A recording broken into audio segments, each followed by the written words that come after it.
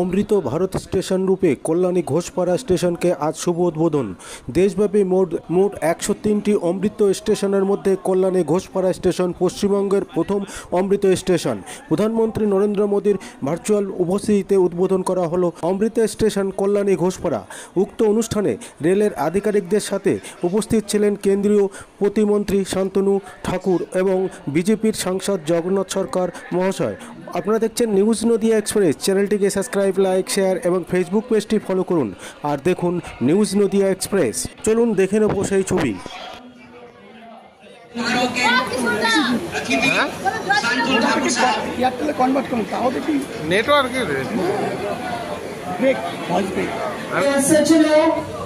हमारे भारतवर्ष के अमृतकाल के साथी जन जन के प्रिय नेता, दूरदर्शी मार्गदर्शक और सच्चे कर्मयोगी हमारे যে মাননীয় প্রধানমন্ত্রীজি ভারতবর্ষের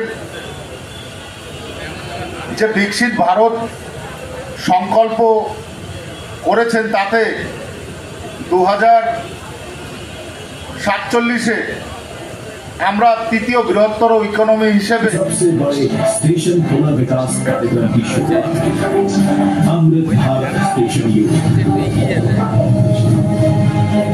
लक्ष्य था देश के 1300 से अधिक स्टेशनों की दशा सुधारना, अव्यवस्थाओं को सुविधाओं से बदलना और उन्हें वर्ल्ड क्लास स्टेशन के रूप में विकसित बदलाव का ये सफर आज एक अहम मुकाम पर पहुंचा है जब प्रधानमंत्री जी शुभारंभ 103 रीडेवलप्ड रेलवे स्टेशनों का सबसे बड़े स्टेशन पुनर्विकास कार्यक्रम की शुरुआत अमृत भारत स्टेशन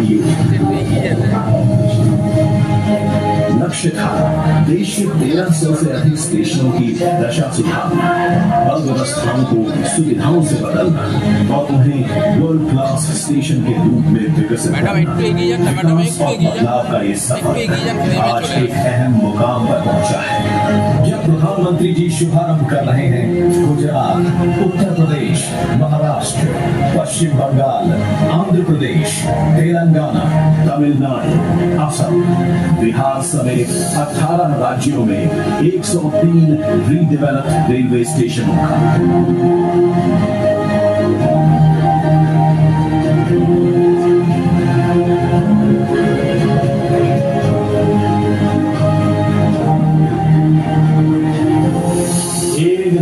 पहले तक लोगों को लगता था कि एयरपोर्ट जैसी आधुनिक सुविधाएं सिर्फ पैसे वाले लोगों के ही भाग्य में है।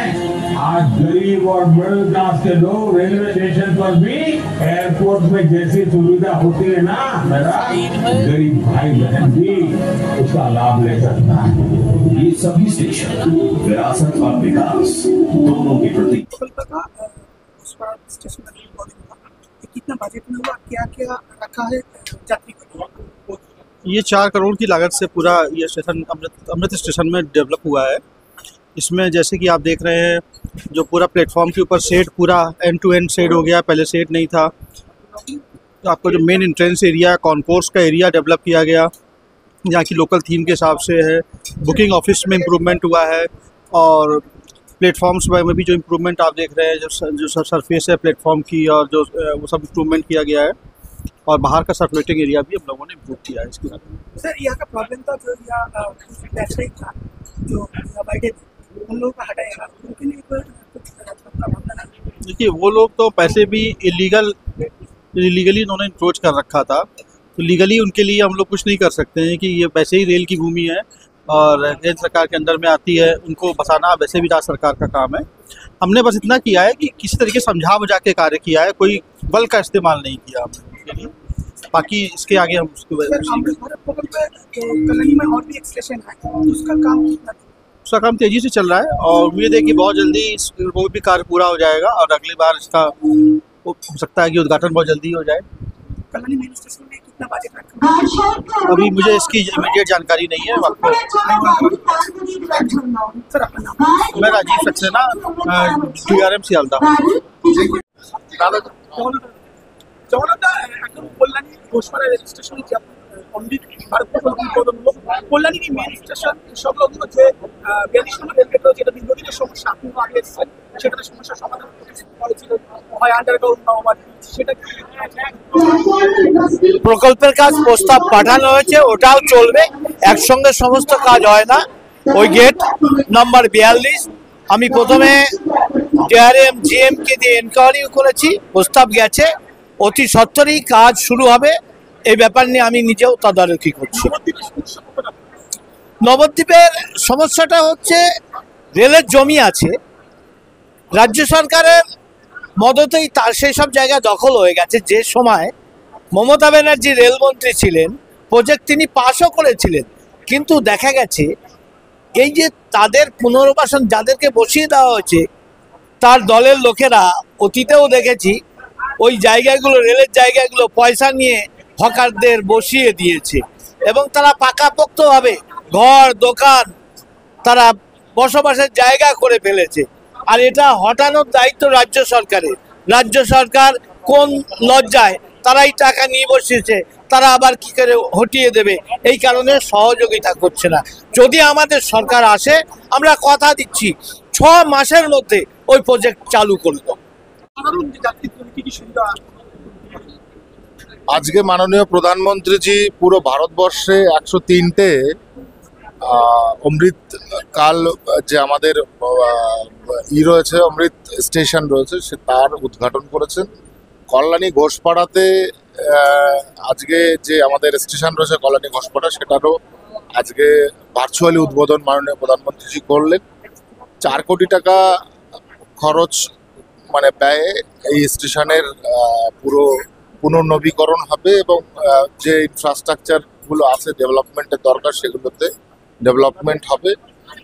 এটা মাননীয় প্রধানমন্ত্রীজির একটা বিকশিত ভারত যে চিন্তা ভাবনা রয়েছে, সেই চিন্তা ভাবনাকে এগিয়ে নিয়ে যাওয়ার একটা যে প্রক্রিয়া, আমি মনে করি যে কল্যাণীতে আমরা এর পরিষ্কার একটা ছাপ দেখতে পেলাম। কল্যাণী মেন স্টেশন, হ্যাঁ, কল্যাণী একমাত্র কল্যাণী বিধানসভাতেই এই দুটো স্টেশনকে করা হয়েছে। 4 কোটি টাকা ব্যয়ে একটা স্টেশন হবে এখানে ডেভেলপমেন্ট। হ্যাঁ, কল্যাণী মেন স্টেশন ও তো আগে স্যাংশন হয়ে গেছে ওটা, এটার এখন নতুন করে স্যাংশন করা হবে। কাজ কতটা বাকি আছে? না, কাজ চলছে, কাজ এখন সারা ভারতবর্ষে কাজ চলছে, সেহেতু খুব ফাস্ট গতিতে কাজ করা যাচ্ছে না, কেননা এত কাজ একসঙ্গে এত ফাস্ট করা যায় না। তো দীর্ঘ মেয়াদি কাজ, সময় একটু লাগবে, কিন্তু আস্তে আস্তে যে ডেভেলপমেন্ট, মেনলি হচ্ছে মানুষকে পরিষেবা দেওয়া। মানুষকে পরিষেবা আমরা যেভাবে মাননীয় প্রধানমন্ত্রীজি এবং নেতৃত্বে যেভাবে করা হচ্ছে, সেই পরিষেবাটা মানুষ পাবে আগামীতে। কারণ যে কোনো একটা স্থানে যেখানে ছিল সেখানে বেসমেন্টই ছিল না, পরিস্থিতি এরকম, দেশের অবস্থা ছিল, বেসমেন্ট তৈরি করে মাননীয় প্রধানমন্ত্রীজিকে উঠতে হচ্ছে, তো সেখানে তো সময় লাগবেই। রেলের অনেক উন্নয়ন থেমে আছে, জমি জটে বা নানান সমস্যা রাজ্য সরকারের সাথে বিভিন্ন কারণে আটকে যাচ্ছে কাজ। আমার লোকসভার কথা বলি, যে লোকসভাতে বনগাঁ টু পোড়ামহেশতলা স্যাংশন কেন্দ্রীয় যে আমাদের মন্ত্রী মাননীয় অশ্বিনী বৈষ্ণবজি তিনি স্যাংশন করেছেন, কিন্তু স্টেট গভর্নমেন্ট যে জমি অ্যাকুইজিশন সেটা করে দিতে পারছেন। বনগাঁ টু পেট্রাপোল টু বাগদা যে রেল, তার যে জমি, সেই জমি অতিক্রমণ করে দিতে পারছে না।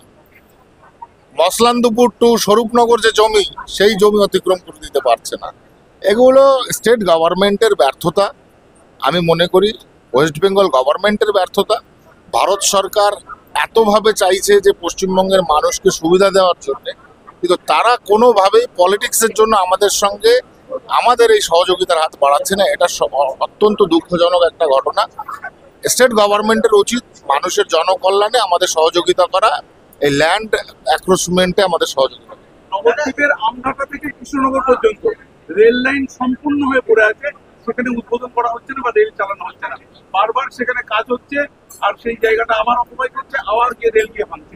জগন্নাথ দা আজকে বলেছেন এ বিষয়ে, তো আমি তো বললাম যে এরকম আমার লোকসভাতে যেমন, তো ওনার লোকসভাতেও এই একটা বড় যেখানে রেল লাইন হয়ে পড়ে রয়েছে, এর চাইতে লজ্জার বিষয় আর কিছু হতে পারে? স্টেট গভর্নমেন্টের সম্পূর্ণ আমি মনে করি যে একটা অকর্মণ্য গভর্নমেন্ট, শুধু সরকারের আসার জন্য এদের সরকার চালানো, বাকি জনসাধারণের জন্য যে ডেভেলপমেন্ট করে তার কোনো চিন্তা ভাবনা এদের নেই। তৃণমূলের পক্ষ থেকে বলা হচ্ছে যে এই নবদ্বীপে যে ব্রিজ সেতু করা হয়েছে ভাগীরথী নদীতে রেলে, সেখানে সেতুটা আগে কেন নির্মাণ হয়ে গেল, কেন জমি আগে সংগ্রহ করা হলো না? জমি সংগ্রহ করার ক্ষেত্রে ভুল সিদ্ধান্তের কারণে আজকে এই রেল পরিষেবা তো এটা কার দোষ? অবভিয়াসলি স্টেট গভর্নমেন্টের কোঅপারেশন, ফেডারেল স্ট্রাকচার মেনটেন করেনি, তাই হচ্ছে। স্টেট গভর্নমেন্টের উচিত প্রথমে জমি অতিক্রমণ করে দেওয়া, জমি অতিক্রমণ করার পরে সেখানে প্রজেক্ট সিলেক্ট করা। তো সেখানে আজকে একটা প্রসিডিওর হলো, যে প্রসিডিওরে স্টেট গভর্নমেন্টের অফিসিয়ালি কোনোভাবে সেই জমি অতিক্রমণ করে দেওয়া হলো না, যে কারণে সেন্ট্রাল গভর্নমেন্টের কাজ শুরু হয়ে গেল, সমস্ত কিছু হয়ে গেল, কিন্তু দেখা গেল যে বাস্তবে কিছু হলো না।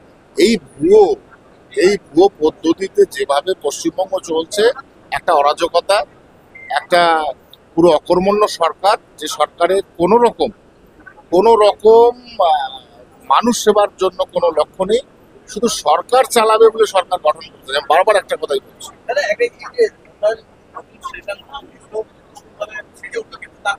অঞ্চলে যে হকাররা ছিল, যারা তাদের পুনর্বাসনের জন্য রেলের তরফ থেকে কি চিন্তা ভাবনা নেওয়া হচ্ছে? একটা কথা বলি, এদের পুনর্বাসনের জন্য রেল যতটুকু চিন্তা করবে তার চাইতে বেশি চিন্তা করা উচিত স্টেট গভর্নমেন্টের। কারণ এই লোকগুলো কার কথায় এসে রেলের পাশে বসে পড়বে? কি রেলের জায়গায় তো কারোর বসার কথা নয়। হঠাৎ করে কোথা থেকে এসে রেলের জায়গা ফাঁকা পেলাম, রেলে বসে পড়লাম। আর রেলেরই দায়িত্ব আবার তাদের পুনর্বাসন দেওয়া। এই প্রশ্নের আমি মনে করি কোনো ভ্যালু নেই। কিন্তু তারা তো দীর্ঘদিন ধরে এই জায়গায় থেকে তাদের স্টেট গভর্নমেন্টের দায়িত্ব এদের পুনর্বাসন দেওয়া। স্টেট গভর্নমেন্টের রিফিউজি রিলিফ অ্যান্ড রিহ্যাবিলিটেশন, বিশেষ করে রিহ্যাবিলিটেশনের দায়িত্ব আছে স্টেট গভর্নমেন্টের, এই মন্ত্রণালয়টা আছে এখন। কিন্তু সুপ্রিম কোর্টের নির্দেশিকা রয়েছে যে পুনর্বাসন ছাড়া কাউকে উচ্ছেদ করা যাবে। এত পুনর্বাসন কারা দেবে? স্টেট গভর্নমেন্টই তো দেবে পুনর্বাসন। রিহ্যাবিলিটেশন তো স্টেট গভর্নমেন্টের আন্ডারে, রেলের আন্ডারে নাকি রিহ্যাবিলিটেশন? তো স্বাভাবিক ব্যাপার।